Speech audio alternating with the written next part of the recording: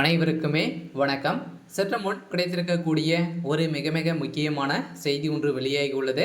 சற்று முன் கோபாலபுரத்தில் திரண்ட பொதுமக்கள் வெடித்த மிகப்பெரிய கலவரம், போலீஸ் குவிப்பு, இது மாதிரி செய்திகள் வெளியாகி இருக்கு.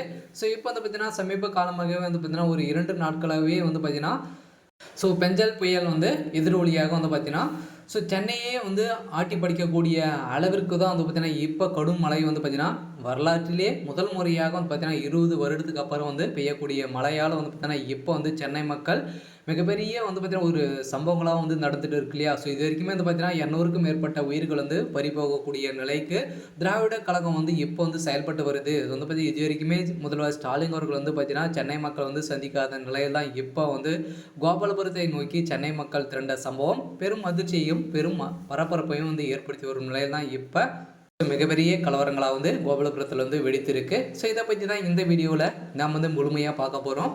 ஸோ அதுக்கு முன்னாடி நம்ம சேனலுக்கு இப்போ தான் நீ முதல் முறையாக வந்திருக்கீங்க அப்படின்னா மறக்காமல் நம்மளுடைய சேனல் சப்ஸ்கிரைப் பண்ணி சப்போர்ட் பண்ணுங்கள்.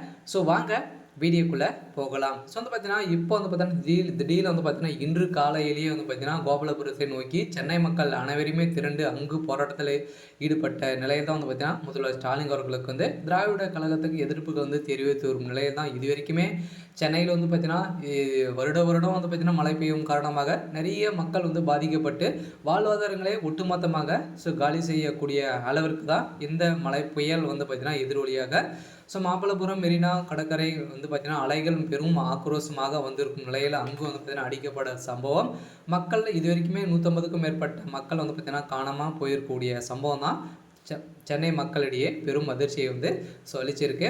ஸோ இதன் அடிப்படையில் தான் மக்கள் அனைவருமே திரண்டு கோபாலபுரத்தில் ஸ்டாலின் அவர்களை எதிர்நோக்கி பார்த்தீங்கன்னா சென்றிருக்கும் நிலையில் அங்கு போலீஸ் குவிக்கப்பட்டு மிகப்பெரிய கலவரங்கள் வெடித்திருக்கு. இருந்தாலும் முதல்வர் ஸ்டாலினுடைய சாட்சி கூடிய விரைவில் இன்னும் பார்த்தீங்கன்னா ஒரு 24 மணி நேரத்தை கலைக்கிறதுக்கான வாய்ப்புகள் இருக்குது. இருந்தாலும் பார்த்தீங்கன்னா திமுக இருக்கக்கூடிய எம்பிகள் அனைவரையுமே பார்த்தீங்கன்னா எந்த ஒரு செயல்பாடும் செய்யாத எம்பிகள் அனைவரையுமே பார்த்தீங்கன்னா எதனால் திராவிட கழகம் எதன் அடிப்படையில் செயல்படுது, சட்டத்தை ஒழுங்கை மீறி பார்த்தீங்கன்னா நடைபெற்று வரும் திராவிட கழகத்திற்கு இப்போ சென்னை மக்கள் அனைவருமே திரண்டு இப்போ சென்னை திராவிடத்தை ஒட்டுமொத்தமாக முடிக்கக்கூடிய அளவிற்கு தான் இப்போ சென்னையில் மிகப்பெரிய கலவரங்களாக வெடித்திருக்கு. இருந்தாலும் மழையின் காரணமாக தான் இந்த எதிரொலி ஏற்பட்டு இருந்தாலும் சென்னையில் பார்த்தீங்கன்னா திமுக ஆட்சிக்கு வந்ததுலேருந்து எந்த ஒரு செயலும் அடிப்படை வசதியும் செய்து தராத திமுகவுடைய அரசுக்கு தான் இப்போ நிறைய எதிர்ப்புகள் வந்து இருக்கும் நிலையில் திமுகவுக்கு நிறைய எதிர்ப்புகள் வந்திருக்கு. இருந்தாலும் கோபாலபுரத்தில் பார்த்தீங்கன்னா